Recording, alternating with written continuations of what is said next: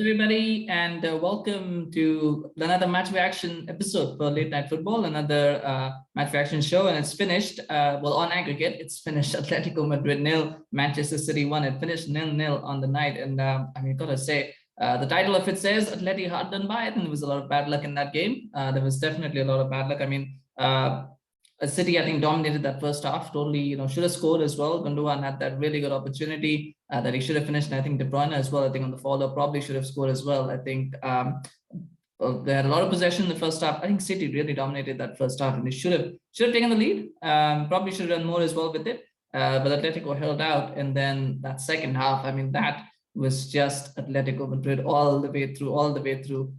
So many chances, though. I mean, I think there was. I think there was a chance that I think Joao Felix had a clear header that he missed, but not really missed. But I think he didn't get the jump of it. He could have left it, and I think Lodi would have had a better opportunity, but he didn't take it. But I thought the switch that he made, that Simeone made at halftime, I think the key thing was that he had Griezmann, and then Griezmann actually was playing a lot more closer to Joao Felix in the second half, and I think that made a difference because then that almost made it 2-on-2 against the centre halves, and I think that was perfect. It was a good switch, a tight switch, but a good switch, and it put City under pressure. I think they were also pressing high up the field. Atletico again, one of those charging moments, right? You've got so many of those. But I mean, that little bit of pressure that they were applying, I think City was struggling. De Bruyne struggled in the second half, was taken off. I thought Bernardo was very, very bad throughout the whole game. I lost a lot of balls, didn't play a lot of good passes, and there was a moment where Kevin De Bruyne as well yelled at him as well, which doesn't usually happen, but he did that. And then, of course, that was the issue. I thought bringing on Fernandinho was a good decision from Guardiola, and that was the one that ultimately might have saved the game for City, because once he came on, he won a few challenges, he made a few tackles. I think he brought that. I don't think he brought calmness, because I don't think that game was calm. I think that game was anything but calm for the whole 90 minutes. But he just brought that little bit of authority into the midfield that City needed, and I think that might have been what saved the game for them, because without that, maybe Atletico would have got the second goal. The first goal, rather. They would have got their first goal. They're all broke loose. I mean, there's actually a very good chance as well just before what happened. And we're going to talk about that. We're going to talk about what happened, because I think there's a very important thing that I want to say, and I think it leads into this, is that I think it was a chance that, I don't know what happened there, but I think Suarez might have dummied it instead of shooting it, and then it came out, and that whole thing kind of just broke down. But I think that was the best chance of the game, which they should have taken. They didn't. There was a Griezmann chance before that as well, which he kind of flashed wide. There was a De Paul chance, which also flashed wide. But I think that was the clear-cut opportunity that they should have taken. I think I just feel like, I don't know whether he was trying to be clever with the dummy, whether he miscontrolled it, but it just felt like he dummied it instead of shooting it.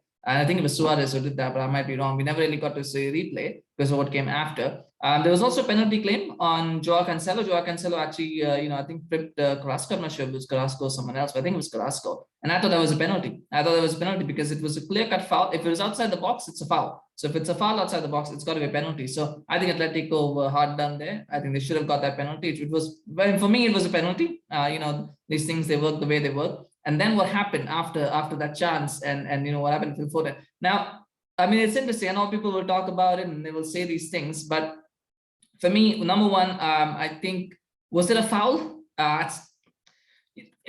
It's hard for me to be unbiased. If I'm biased, and I will say that's not a yellow card offense, because I think he, from my angle, and I know, and again, and this will lead into what I'm saying, but from my angle, it didn't look like he knew what he was doing. I think he was kind of trying to get up. I'm sure that it was a little bit of not necessarily intent, but I think I'm pretty sure there was something there where he was like, oh, okay, I'm just going through him, because I think there was no care. I think, let me put it this way, is that Felipe, I think, was thinking that if I get him, I get him, but I'm not going to worry about not getting him. And I think that was what it was from my point of view. Maybe I'm biased. That's totally fine if you think I'm biased. I may be biased, but that's what I thought, was that he was trying to get up. And I think he was like, if I get up and I hit him, that's fine. I'm not going to worry about it. Like most players would be probably thinking, okay, I got to make sure that I hit him, but he didn't. He was just like, go through. I think Phil Foden, and again, going back to that a little bit, I think Phil Foden was the player that targeted throughout this whole game. I think they were like, we're going to try and unruffle him. We're going to try and rattle him as much as we can. And it almost succeeded, because I think towards the end, Phil Foden, you could see it. You could see it on his face that he was kind of like losing it a little bit. He was kind of getting frustrated a little bit. You could see the way he was smiling, the way he was celebrating. He was like, oh yeah, I won this battle that he was talking about. So I think they almost got it. But I think that was the plan. So I think then Foden goes away. I thought that was play acting from Foden. I definitely think that was play acting, the way he rolled over. I don't think it was that bad, but he rolled over. Then Savic comes in. I don't think Savic did anything. Again, here I don't think he did anything that any other player in any other game would not do. He came over because it's 0-0. They need that goal. They're on top. They don't have probably 4 or 5 minutes left in the game. He's got to with stoppage time. He's got to go and try to get him up, and then obviously the whole thing happens. I think City are very good at this. I think City are very good at trying to play. Trying to play innocent, but they are not that innocent. I think that was what it was. Nothing wrong with that, by the way. I'm not trying to criticize City, but that's what happened.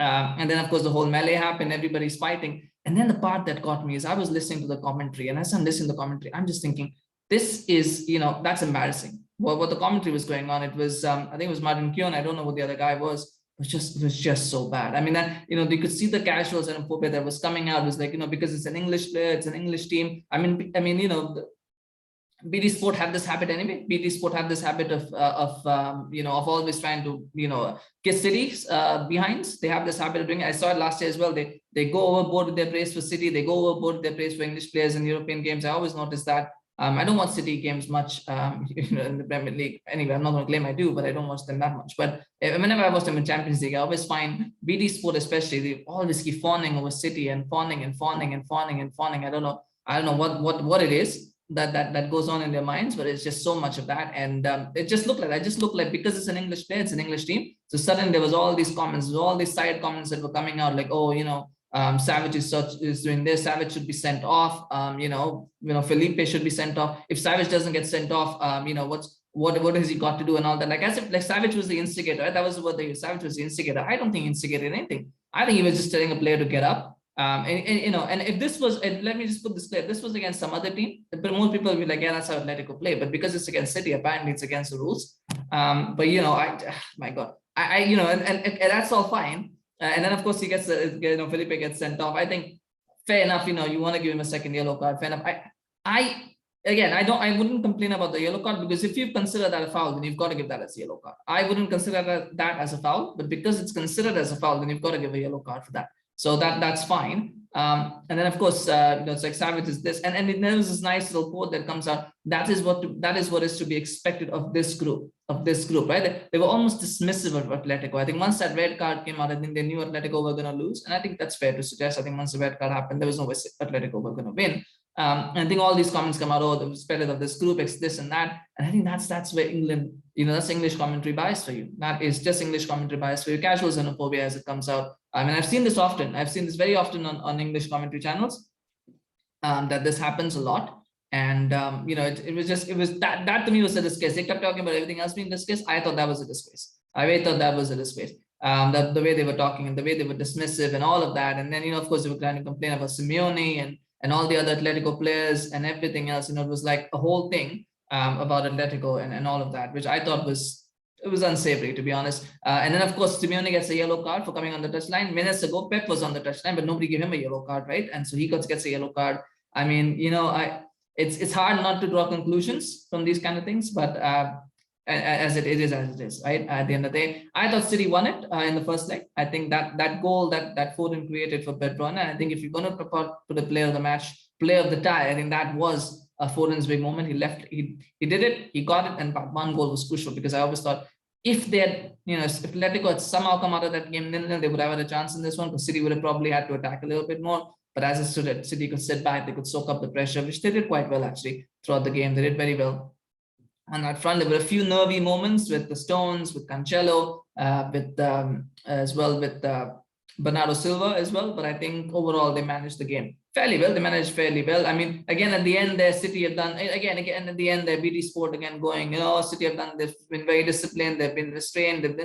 They just had a brawl. You literally had a brawl with 20 players, 25 players on there's no restraint there. There's no restraint if you fight. If there's 25 players brawling, right? There's no restraint there. There's no discipline there. But whatever. That English bias and all of that. But anyway, I mean, City won this game. I think if City win the Champions League, and I think they will beat Real Madrid. I do believe that they will beat Real Madrid. But if they do win, if they do go on to win the Champions League, I think this is the game that they will look back on as, probably we got through this one, and this was the moment that they can start believing that they're going to win the Champions League, because these are the sort of games that define teams and define players. And I think City defined themselves in this game. Red card, whatever red card incident, all of that aside, I thought City played well. I don't think they played really well. I don't think they played like the City that we know in the Premier Leak. But that's the thing. They weren't that good in the second half, but they still came through the tie. and they won the game. And I think that's or won the tie at least. They drew the game, they won the tie. And I think that's good. It's Real Madrid next. I think they'll beat Real Madrid. That's just my opinion. Of course, we'll do an in-depth more reaction and draw show, reaction and preview show tomorrow. Hopefully, we'll do that. So we'll have more detailed analysis of all the ties that are coming up.